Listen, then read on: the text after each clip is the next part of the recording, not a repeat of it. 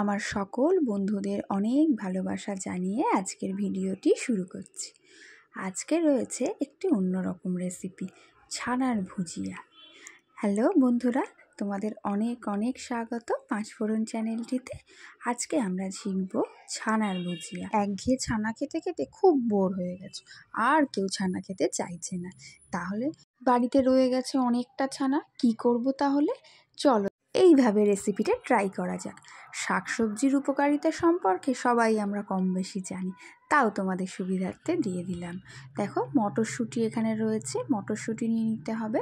মটরশুঁটিগুলোকে আমি হাফ করে নিয়েছি শুধুমাত্র, আর কিছুই না, চটজলদি হওয়ার জন্য। আর বিনসগুলোকে একদম কুচি কুচি করে কেটে নিতে হবে। এবার তোমরা যদি চাও এটাকে বড় করেও কাটতে পারো, আমি তাড়াতাড়ি করার জন্য এগুলোকে বেশি কুচি করে নিয়েছি। তোমরা তোমাদের সুবিধা মতো এটাকে কেটে নিতে পারো। আর লাগবে আমাদের এখানে গাজর। এখানে দেখো ফ্রেশ ভেজিটেবলসই দেওয়ার চেষ্টা করছি, যেটা আমাদের স্বাস্থ্যের পক্ষে সত্যিই উপকারী, সবাই আমরা জানি এটা। তাও দেখো, গাজরটা এখানে আমি গ্রেট করে নিয়েছি। তোমরা যতটা পরিমাণে ছানা সেই অনুপাতে কিন্তু জিনিসগুলো নেবে। এখানে আমার মোটামুটি 100 গ্রাম থেকে 150 গ্রাম মতো ছানা আছে।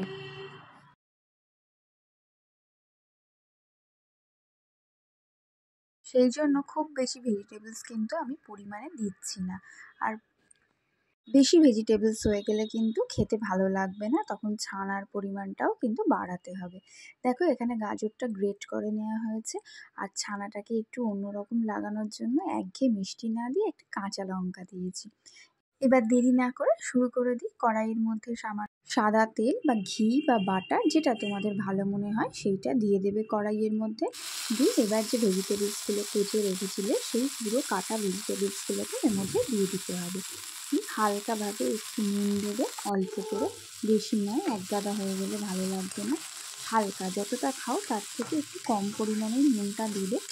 জাস্ট একটু হালকা হাতে এটাকে সটে করে নেবে, একটু হালকাভাবে এটাকে নেড়ে নেবে।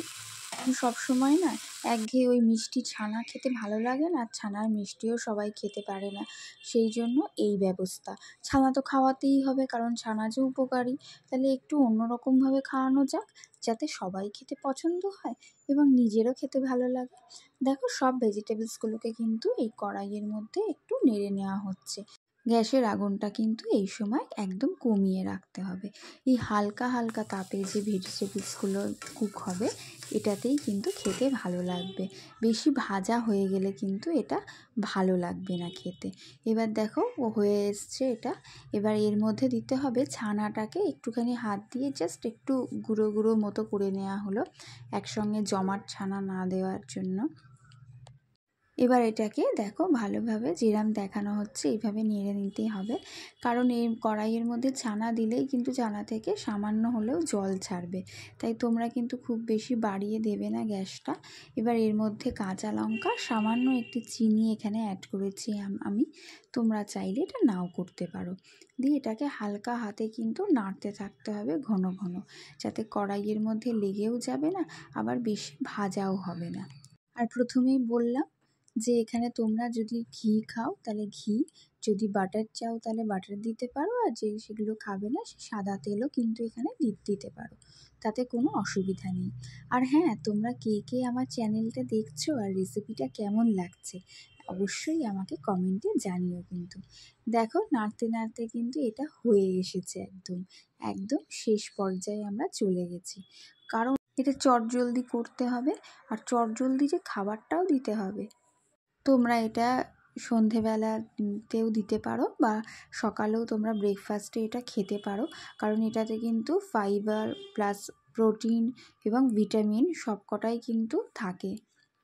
আর এই হালকা আঁচে করার জন্য কিন্তু ছানার যে ক্যালসিয়ামটা আছে সেটাও নষ্ট হবে না একেবারেই। সেই জন্য দেখো, এইভাবে তোমরা কিন্তু ছানার ভুজিয়াটা করে দেখতে পারো। আমি কিন্তু এটা এক্সপিরিয়েন্স থেকে বলছি, সবাই কিন্তু খেতে ভীষণ পছন্দ করেছে, কারণ একঘেয়ে ছানা খেতে খেতে সবাই যে বোর হয়ে গেছে, কিন্তু ছানা যে খেতেই হবে। এটা তোমরা কিন্তু টিফিনেও বানিয়ে দিতে পারো, কারণ এটা অনেকক্ষণ পর্যন্ত পেটে থাকে। ভিডিওটা ভালো লাগলে চ্যানেলটিকে সাবস্ক্রাইব করে আমার পাশে থেকো। Thank you.